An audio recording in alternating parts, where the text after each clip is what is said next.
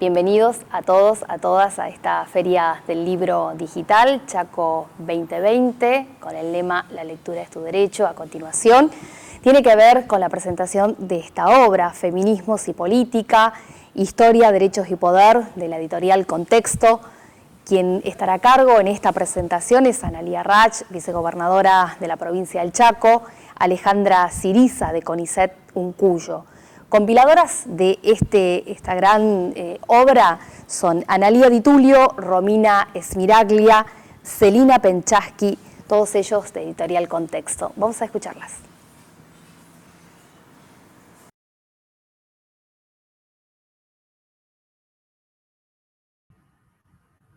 Hola, muy buenas tardes. Muchas gracias por acompañarnos en la presentación del libro Feminismos y Política, Historia, Derechos y Poder. En esta ocasión tenemos quienes compilamos el libro, Romina Esmiraglia, Celina Penchaschi y quien les habla, Anabela Di Tulio. Tenemos el honor de compartir esta mesa de presentación con Analía Rach Quiroga, abogada, feminista, ex diputada nacional, autora de la Ley Micaela y actual vicegobernadora de la provincia del Chaco, y con Alejandra Siriza, una de las autoras que participan de esta compilación. Alejandra Siriza es filósofa, feminista, profesora de la Universidad Nacional de Cuyo, investigadora principal del CONICET. Les agradecemos muchísimo a ellas su presencia en esta mesa. Y le doy la palabra a mi colega Romina Esmiraglia para que nos cuente un poquito sobre este libro. Hola, buenas tardes. Bueno, para mí es un placer poder, a pesar de esta coyuntura tan compleja, poder encontrarnos y dialogar en torno a este libro que nos convoca y también una temática tan importante como lo es el cuidado. Me quiero sumar a los agradecimientos que acaba de mencionar Anabela. Sin el apoyo y acompañamiento, sin ese apoyo y acompañamiento, este trabajo colectivo no sería posible. Ahora sí, me gustaría compartir con ustedes unas muy breves palabras en torno a feminismos y política. Como decimos con Anabel y Celina, Feminismos y Política hoy es un libro, pero también es un interés personal y colectivo que compartimos entre nosotras. Y también principalmente es una pregunta, es una indagación teórico y política en torno al entrecruzamiento entre estos dos campos, feminismos y política. Y eso para nosotras implica necesariamente un doble juego. Por un lado, revisar cómo en la tradición del pensamiento político interviene la perspectiva feminista, y por el otro, rastrear los modos en que la teoría feminista piensa lo político. Dicho de otra manera, la teoría feminista invita a revisar y reflexionar críticamente en torno al pensamiento y la práctica política.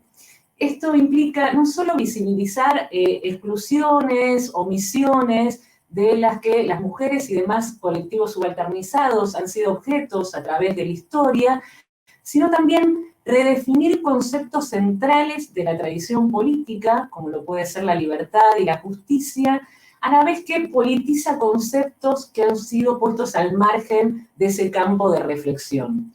Por otra parte, y es importante decirlo, los feminismos presentan una mirada interseccional, por lo menos desde las líneas desde las cuales nosotras nos nutrimos, en donde no solo es clave la dimensión de género en las indagaciones, sino también las dimensiones de clase y raciales, entre otras. Entonces, desde este marco de sentido y desde estos intereses y preocupaciones surge esta compilación que enlazamos bajo tres conceptos: historias, derecho y poder.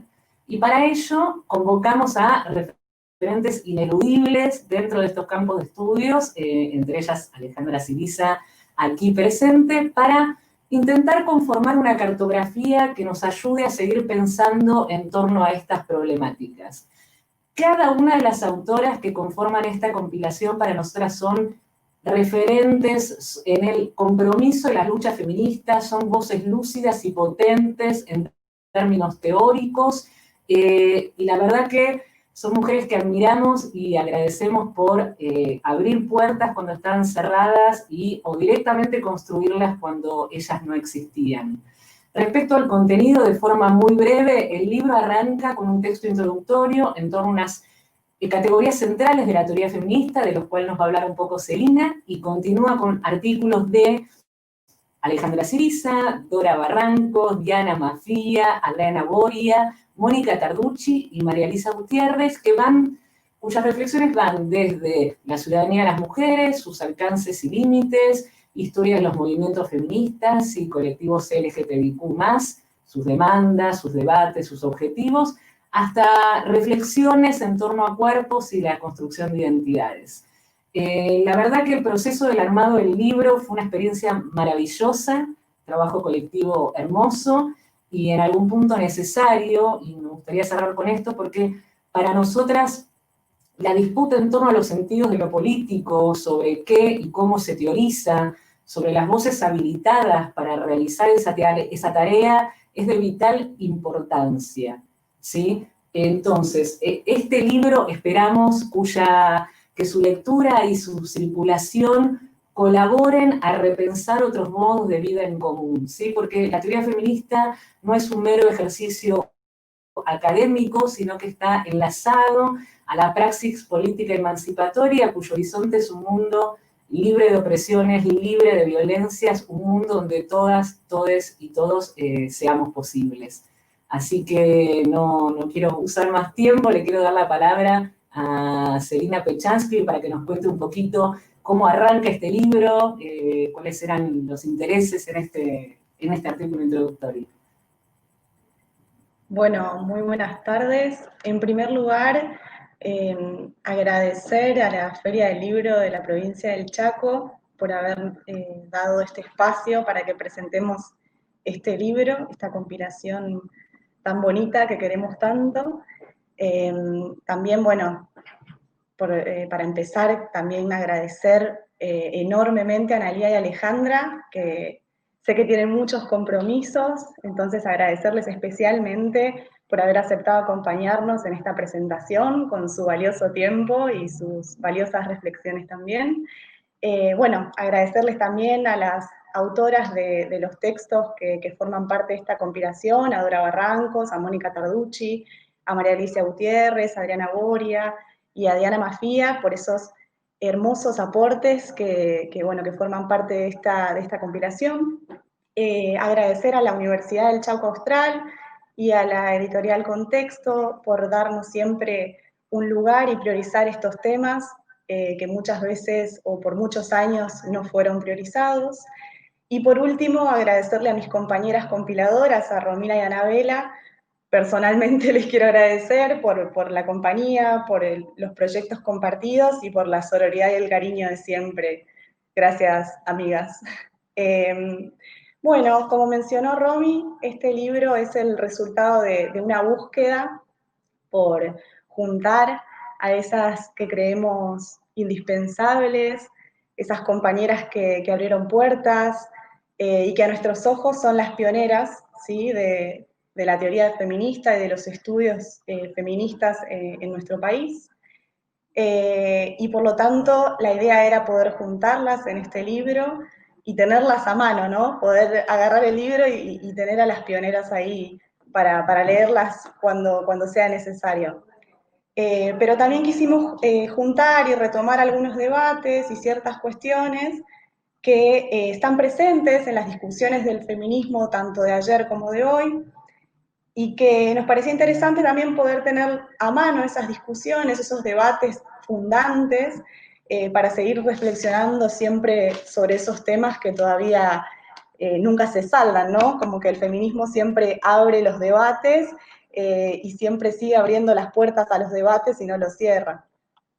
Entonces, en este sentido, el primer artículo de esta compilación es un artículo que escribimos con Romina y con Anabela, donde intentamos retomar conceptos que consideramos clave para entender sobre todo el sentido de las luchas de los colectivos feministas hoy en día, ¿no?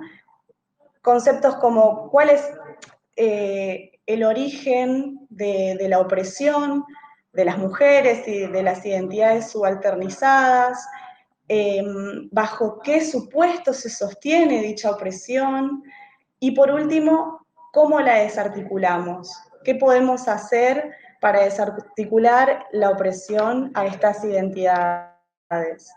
Entonces, para responder a estos interrogantes, realizamos un breve recorrido para dar cuenta de estos términos, de estos conceptos que consideramos claves, que son patriarcado, género, y las definiciones que hay sobre los feminismos, ¿sí?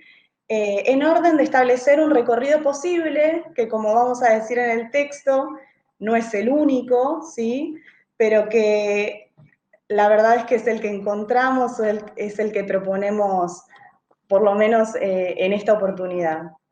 Y este ejercicio genealógico, se podría decir, en este momento se torna vital, es de vital importancia, no solamente en cuestiones que tengan que ver con la academia, sino también para las propias luchas feministas, para las propias militancias feministas, a la luz de que es un momento histórico, ¿no?, que estamos viviendo como sociedad y sobre todo a nivel tanto país como mundial, donde el feminismo ya no es una mala palabra. El feminismo ahora parece estar en boca de todos, todas y todes, y entonces nos pareció importante retomar ciertos conceptos y plantear cierto recorrido para no perder de vista lo que se fue logrando en todos estos años de lucha y todo lo que queda por venir, ¿sí? Ese es más o menos el sentido de este artículo que escribimos con Romina y Anabela.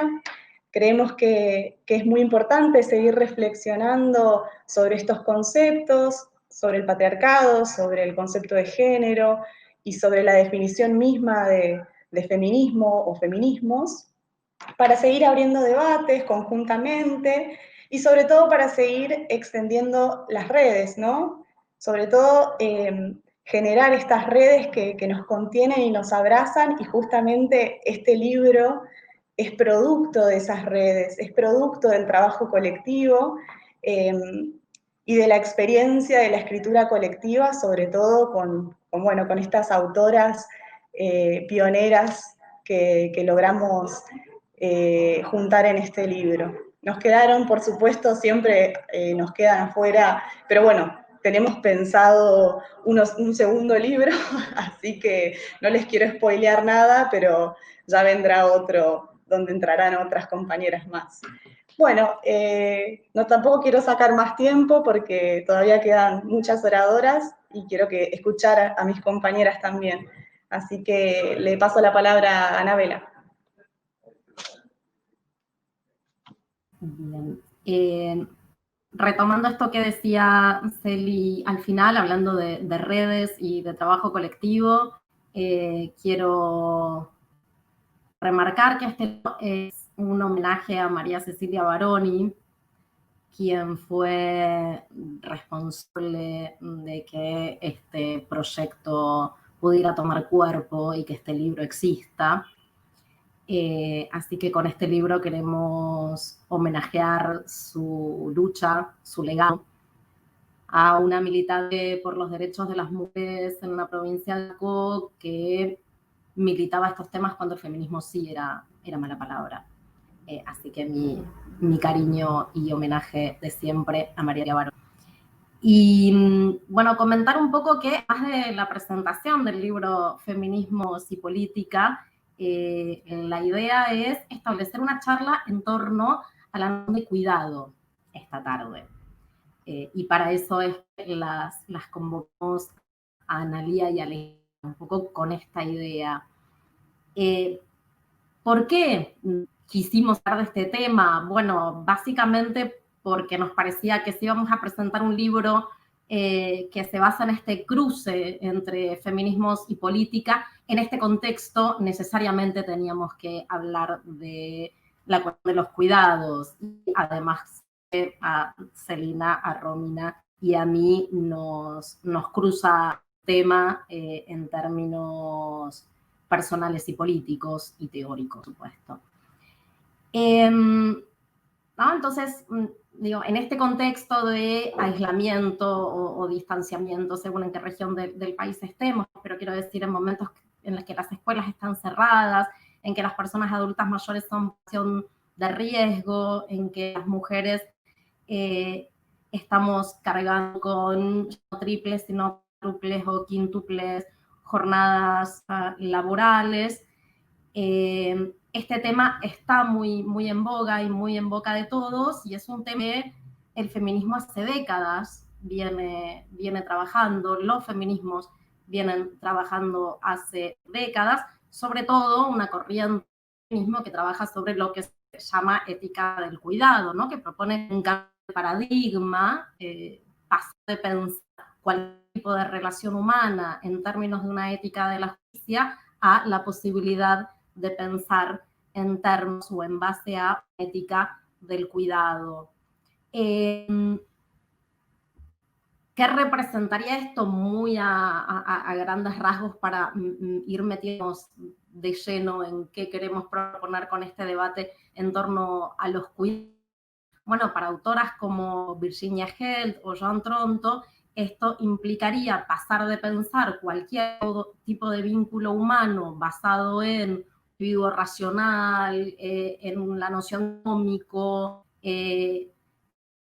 como igualdad o reciprocidad, y empezar a pensar en términos de vulnerabilidad, fragilidad, de dependencia, de relaciones asimétricas, etc. Esto también implicaría pensar de cuidado no solamente como una práctica, que lo es, por supuesto, no solamente como un trabajo, que lo es, por supuesto, también como relación, como vínculo y también como valor. Lo que viene la ética del cuidado es hablarnos en un punto de el valor de los cuidados y de la posibilidad de pensar en el marco moral sobre estas cuestiones. Muchas feministas durante mucho tiempo bregaron por colocar, instalar, utilizar términos que parecían solamente propios del ámbito de lo público, como la justicia, al ámbito de lo privado. Las feministas de la ética del cuidado vienen a poner el camino inverso, vienen a proponer aplicar nociones que parecían solamente aplicables al ámbito privado, al ámbito de lo público, a las relaciones sociales, a las relaciones políticas. Entonces, un poco, y con esto cierro, tener en cuenta que cuando desde los feminismos se habla de noción de cuidado, de prácticas de cuidado, de relación de cuidado o de del cuidado como traje aquí a partir de ciertas autoras, no hablamos solamente de un reparto más equitativo de tareas de cuidado, que sí, que por supuesto, no solamente hablamos de esto. Estamos hablando y pensando necesariamente en una reestructuración de las relaciones que se dan entre las esferas en las cuales está estructurada en sociedad.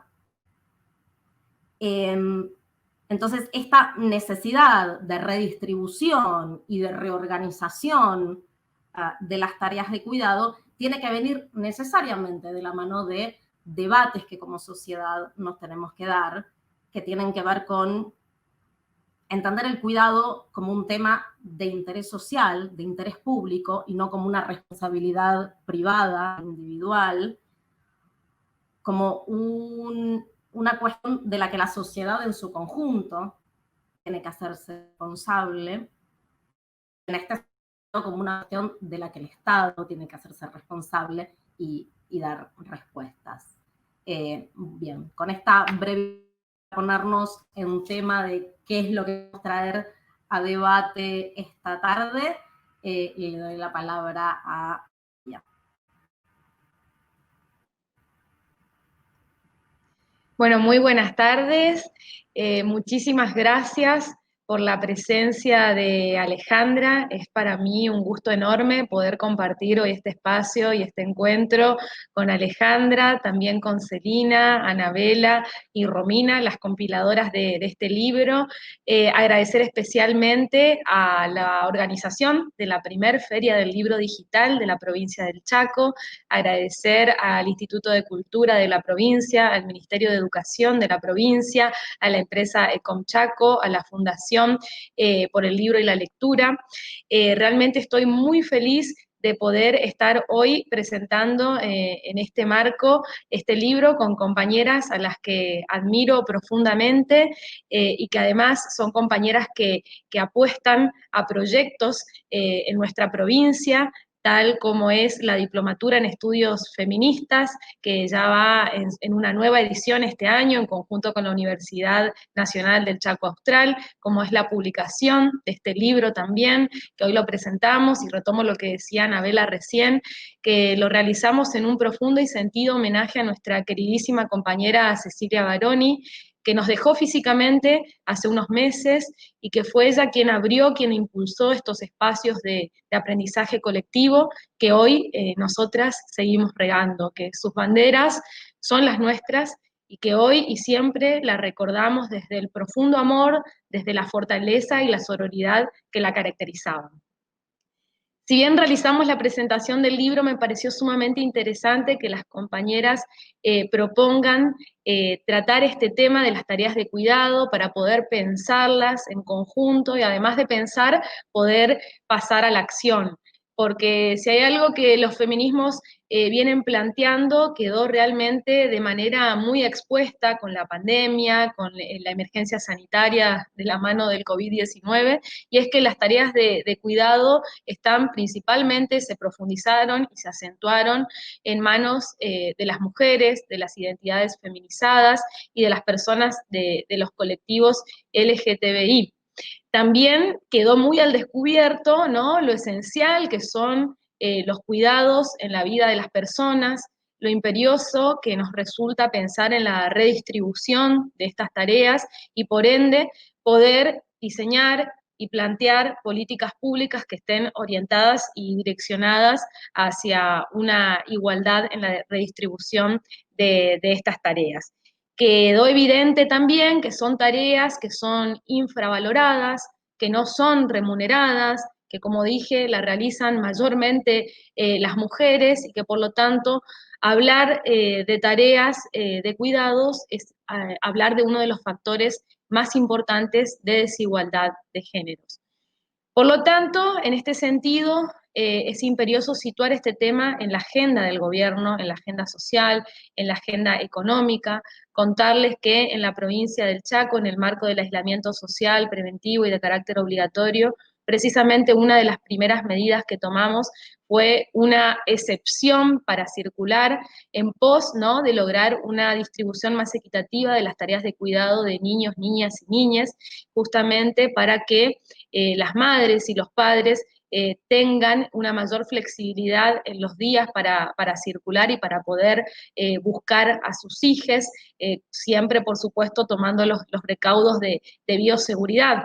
Contarles también que estamos trabajando ahora en la conformación de una mesa de trabajo con distintas áreas del Estado para pensar, diseñar, impulsar iniciativas que tiendan a la igualdad en la distribución de estas tareas. Entendemos que es una oportunidad histórica, que por primera vez este tema se trata tanto en el gobierno nacional como en el gobierno provincial y por lo tanto debemos trabajar de manera conjunta para visibilizar esta tarea y para poder proponer realmente cambios sustanciales que nos conduzcan a un pie de igualdad. En fin, no quiero extenderme mucho más, quiero decirles que como mujer que transitoriamente me toca estar en un lugar de decisión, en la función pública, como madre, como cuidadora, por supuesto que este tema me atraviesa y me interpela de manera directa y entiendo que debemos abordarlo y trabajarlo de manera inmediata. Ese es nuestro compromiso, en eso estamos trabajando. Muchas gracias. Y doy la palabra a Alejandra.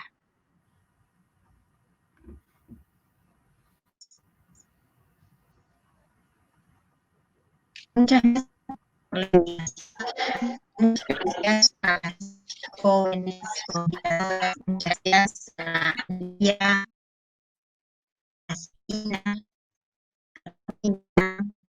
a Ana. Muchas gracias porque en realidad tienen la oportunidad para compartir espacio, aunque no sea de manera real, con compañeras con las cuales hemos recorrido un largo camino juntas, ¿no? Con Diana, con Dora, con Mónica, con Adriana, hemos transitado durante mucho tiempo una serie de debates que han ido variando en la manera bajo la cual esos debates han sido planteados, ¿no? A mí me parece que es interesante poder ubicar los problemas de cuidado en las transformaciones históricas de la sociedad, poder pensar que las tareas de cuidado y la división sexual del trabajo privatizaron el cuidado de la vida. Pensar que la familia monogámica occidental es el modelo por excelencia de organización de las relaciones humanas en orden a la reproducción de la vida es por lo menos un problema teórico, un problema político, un problema histórico que tenemos que pensar en su densidad. Por eso a mí me parece que es muy importante,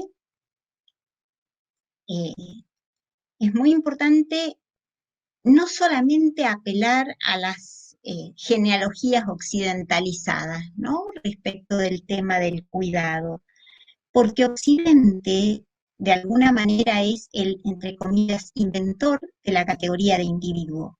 Muchas de las formas de organización de nuestro orden político y social gira alrededor de la idea de que la sociedad está compuesta por individuos aislados que por voluntad política expresa y racional convienen en vivir en sociedad.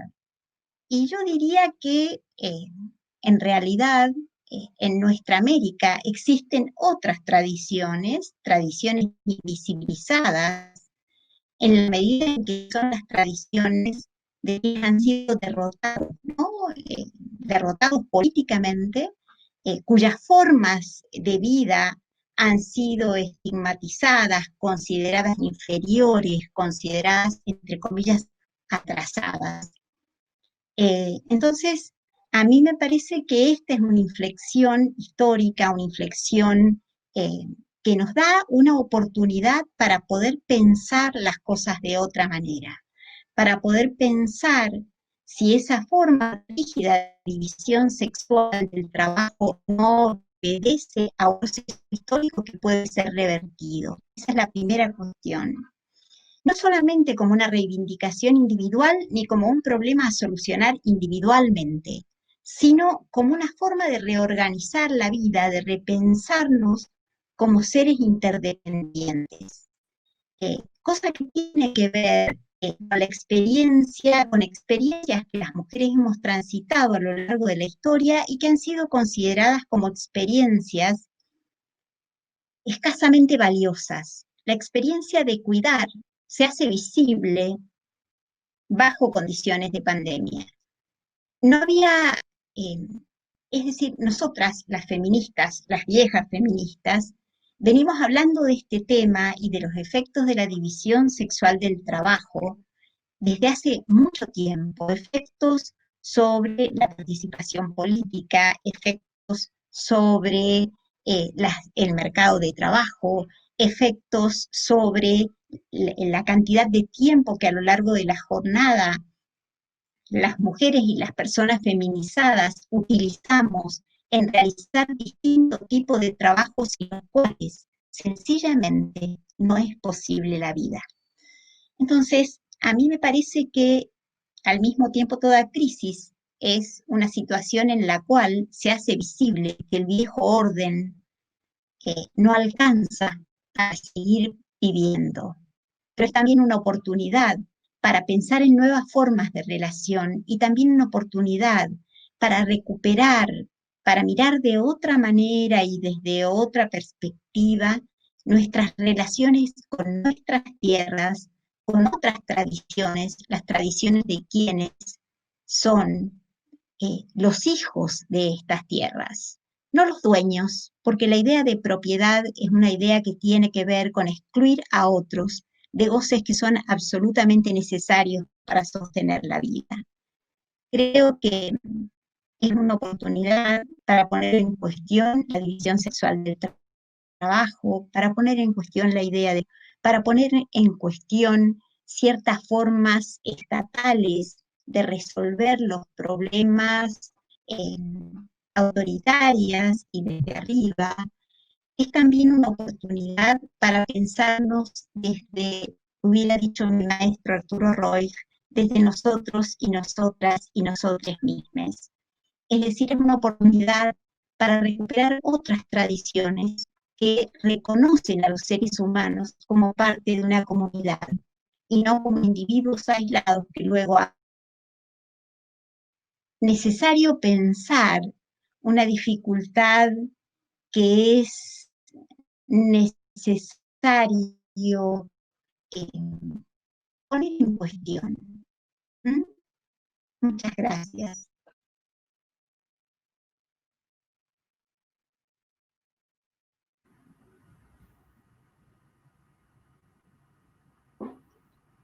Bueno, muchísimas gracias Alejandra, muchísimas gracias Analía, muchas gracias amigas, colegas, compañeras por estar acá. No sé si una, Celi, Romy, quieren decir algo, hacer algún comentario o pregunta a Ana o Alejandra. Bueno, a mí me gustaría aprovechar que la tenemos a Alejandra acá. Bueno, por ahí es un tema que estamos explorando, que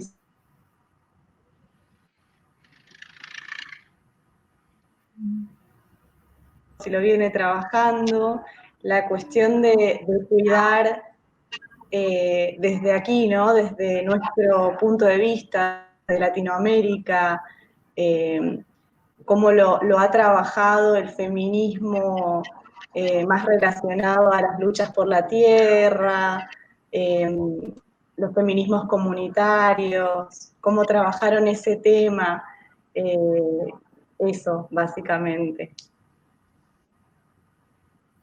Bueno, a mí me parece que esta es una oportunidad para descolonizar. Es una oportunidad para repensar nuestros diálogos con otras compañeras, con compañeras que muchas veces no se reconocen como feministas, que vienen de otras tradiciones, que vienen de otras historias, cuyas vidas fundamentalmente han transcurrido en realizando tareas que una cultura patriarcal, una cultura centrada en la masculinidad, en los valores de la masculinidad y en la valoración de las cosas que los varones hacen. Hay una cuestión bien interesante de alguien que no es precisamente nativa, que es Simone de Beauvoir. Ella dice que a ella, que había sido educada en el mundo de las mujeres, le interesaba apropiarse del mundo de los hombres, ¿no? Y esa reflexión tiene lugar en un momento histórico muy interesante para Francia, ¿no es cierto?, en 1949, cuando eh, Europa salía de la Segunda Guerra Interimperialista. Es como tratar de ver cómo en realidad las personas reflexionamos siempre en relación con los contextos históricos en los cuales vivimos. Eso suele ser borrado en la historia de la filosofía. Nos enseñan filosofía como si la filosofía procediera solo de la cabeza, es decir, como si eh, les seres humanos estuviésemos cortados a esta altura, ¿no? Como si fuesen solo cabezas caminando, como si lo demás fuera algo así como un resto que es preferible olvidar porque hace referencia a las necesidades diarias, a las necesidades de la vida cotidiana. Entonces, a mí me parece que es importantísimo atender a esta idea, ¿no? Atender a que no se puede vivir sin comer, no se puede vivir sin dormir, no se puede vivir sin tener un lugar con plantas, un lugar más o menos agradable donde transcurrir la vida. Todo eso lo han hecho históricamente personas que han sido consideradas en menos. Mujeres racializadas la mayor parte de las veces y mujeres de sectores populares. Eso ha hecho que ese tipo de tareas hayan sido consideradas como algo degradante. Y creo que siempre quedan restos históricos de estas cosas. El desprecio por esas tareas se traduce hoy en la desvalorización económica de esas tareas. Entonces, a mí me parece que es muy importante que las feministas pensemos eso, ¿no? ¿Por qué esas tareas serían tareas sin valor? ¿Por qué esas tareas hoy se las reconoce como, entre comillas, esenciales, pero no se las paga como esenciales? ¿Qué produce de esencial un señor que especula económicamente y se lleva miles de millones de dólares sin hacer absolutamente nada? Ese señor, los gerentes de bancos y de otras instituciones tienen salarios astronómicos. Una persona que limpia, una persona que cocina, una persona que acompaña a personas en el final de la vida, recibe un salario de apenas la supervivencia. Entonces, a mí me parece que son cosas que tenemos que aprender de nuestras compañeras feministas de Ayala y de nuestras compañeras que no se autodenominan feministas, pero que reivindican su derecho a una vida digna. Entonces, creo que es un momento importante para escuchar, un momento importante para atender a las distintas fuentes del conocimiento, a las fuentes que la universidad históricamente ha despreciado. Entonces, esa es una tarea que me parece que es una tarea importante y me parece que en este momento hay una visibilidad de las organizaciones, de las mujeres quechua, de las mujeres aymaras, de las mujeres mapuches, que se reconocen a sí mismas en la lucha por la tierra, que se reconocen en continuidad con la tierra, en un momento en el cual el planeta está en peligro. Entonces, me parece que estamos en un momento de crisis civilizatoria en la que es muy importante esta oportunidad para pensar y para aprender.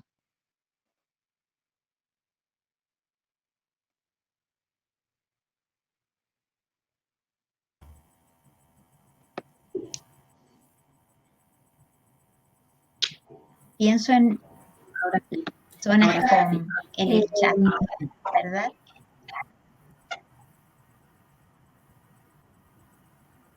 Dos preguntas, una Alejandra y una Analía. En principio, la pregunta para Alejandra en función de esto que estabas diciendo, que también me resonaba no solamente trabajos infravalorados, trabajos invisibilizados, porque son trabajos feminizados, sino incluso trabajos ni siquiera vistos, mirados o tenidos en cuenta como algo a problematizar por toda la tradición del pensamiento político, digamos, el caso más paradigmático del hombre hongo jovesano, digamos, la teoría política parte de un hombre adulto, racional, con capacidades, sin jamás mirar cómo se llegó, qué se necesitó para que una persona se transforme en una persona adulta, racional, con sus capacidades en pleno funcionamiento, cual si los seres humanos nacieran en la condición de adultos racionales. Mi pregunta apunta a cómo recuperar estas otras visiones que vos estás planteando, Alejandra, estas otras formas de relacionarnos con lesotres y con nuestro entorno, estas otras experiencias de vida en comunidad, cómo recuperar esto en una realidad de grandes ciudades, por ejemplo, absolutamente despersonalizadas.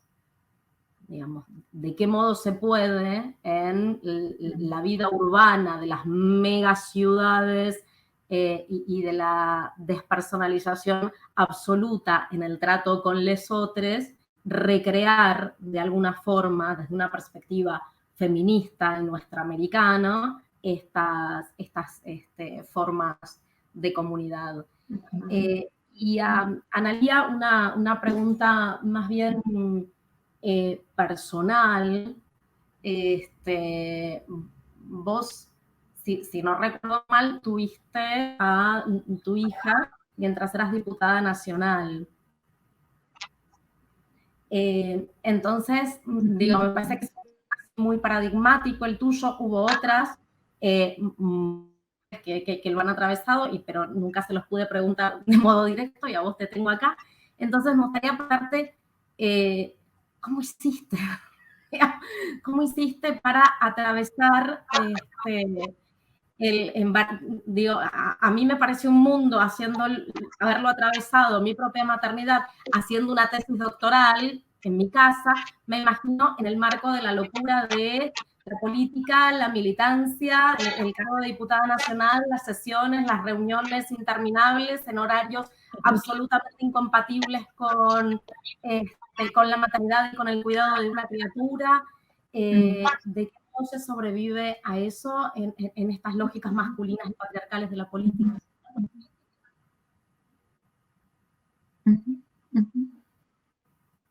¿Contesto?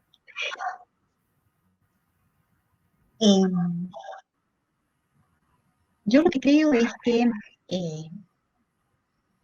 voy a recurrir a alguien que para mí es un pensador muy caro, que es Walter Benjamin, ¿no? Benjamin dice que hay que dejar de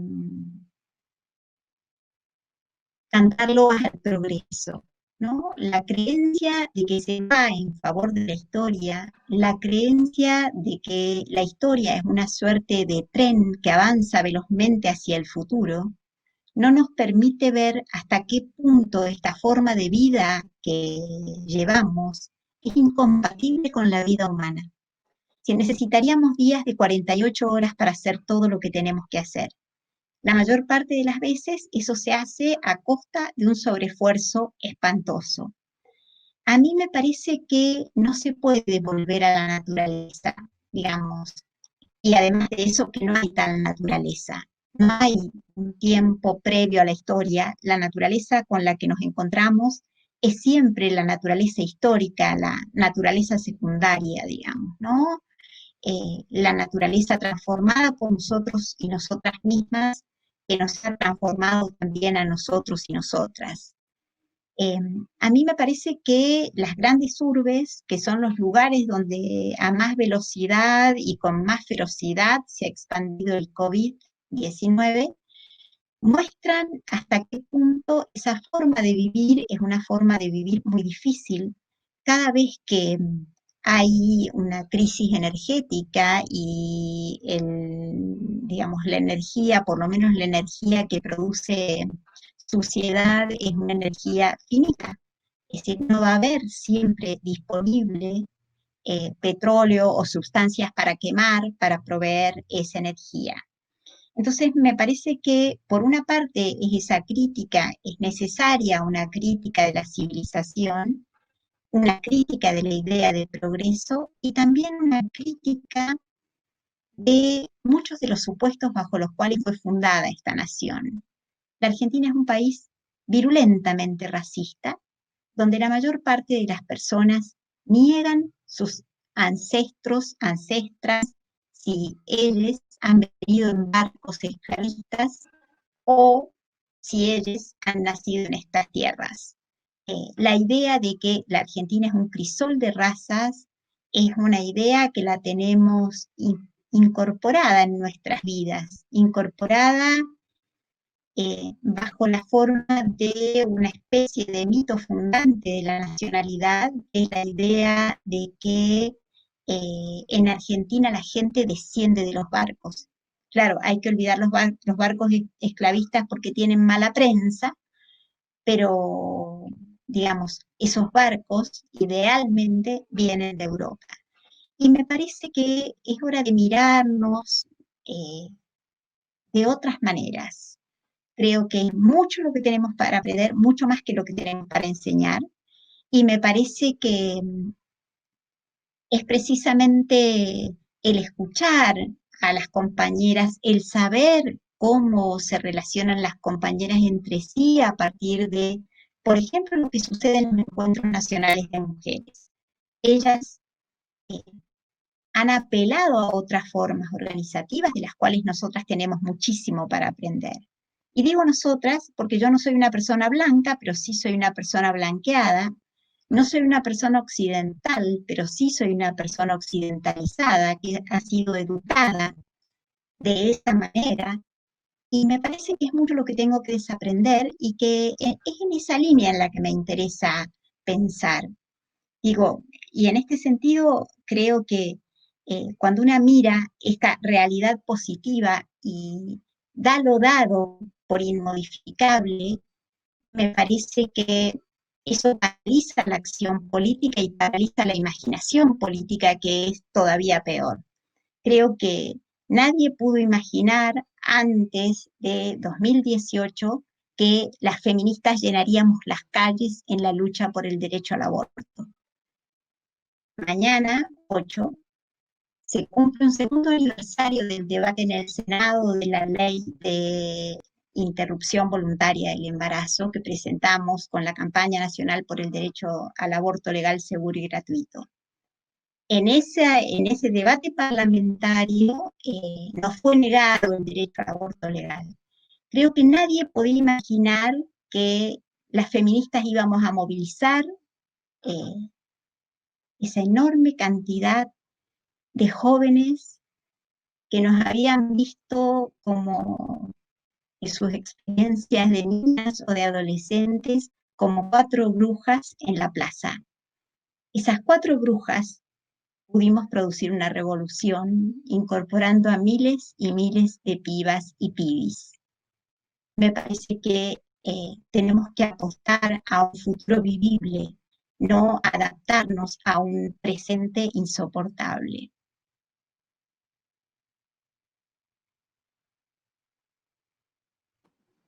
Bueno, respondo. La experiencia que me tocó en el Congreso de la Nación, era diputada cuando quedé embarazada, y así fue que viajé en ese avión desde Chaco a Buenos Aires todas las semanas, hasta el último tramo del embarazo, donde el médico por prescripción, por supuesto, ya no me dejaba subir al avión. Nació mi hija y fueron las únicas sesiones a las que falté como diputada nacional, porque mi hija nació por cesárea, con lo cual era una cirugía, bueno, con todo lo que eso implica.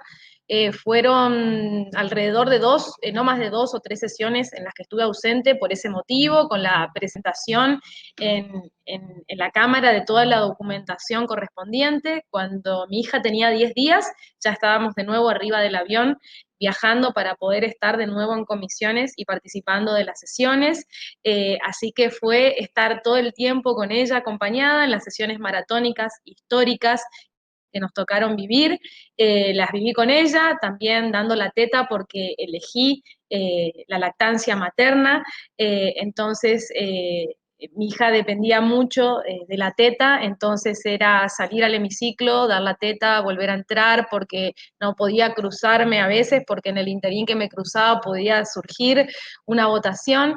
Y además de haber presentado la documentación, además de no haber sido muchas las ausencias que estaban absolutamente justificadas, fui víctima de una violencia terrible por parte de los medios de comunicación, donde habían instalado que me pusieron en igualdad con otros legisladores en términos de ausencias y básicamente de ñoquis prácticamente, que no íbamos a trabajar.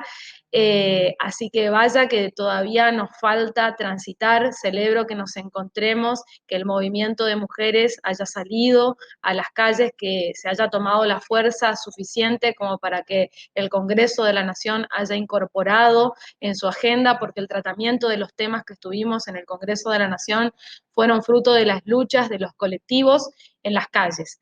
Todavía nos falta mucho camino por transitar y celebro que desde ese camino ya no hay ningún paso atrás, que por eso podemos seguir y continuar ocupando distintos lugares, como ahora me toca ser la primer vicegobernadora de mi provincia, pero nos falta mucho más por transitar todavía. Así que esa fue mi experiencia, Ana, como mamá. Hoy mi hija tiene 2 años y antes de la pandemia, en una oficina que tenía acá al lado, tenía el piso de goma y sus juguetes porque venía a acompañarme, y es así como una vez también cómo faltan los espacios todavía para que las mujeres podamos tener en nuestros espacios de trabajo, porque no los veo a los varones con sus hijes, por ahí algunos sí, pero la mayoría no. Lo cierto es que somos las mujeres las principales cuidadoras de nuestros hijos, las principales cuidadoras también de nuestras madres y de nuestros padres. Entonces no habrá igualdad de géneros hasta que no exista una equitativa redistribución de esas tareas. Muchas gracias.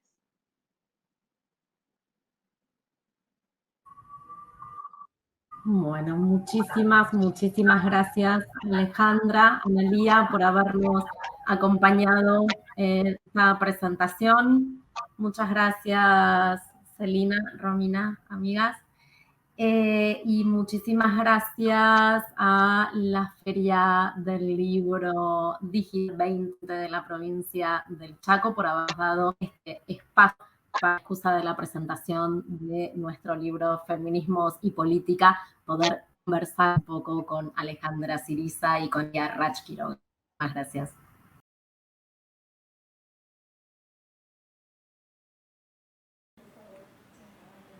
Gracias por estar ahí acompañándonos. Acordate, seguí nuestras redes, conectate con nosotros, nuestras páginas, allí están todas las actividades que vamos a ir compartiendo contigo.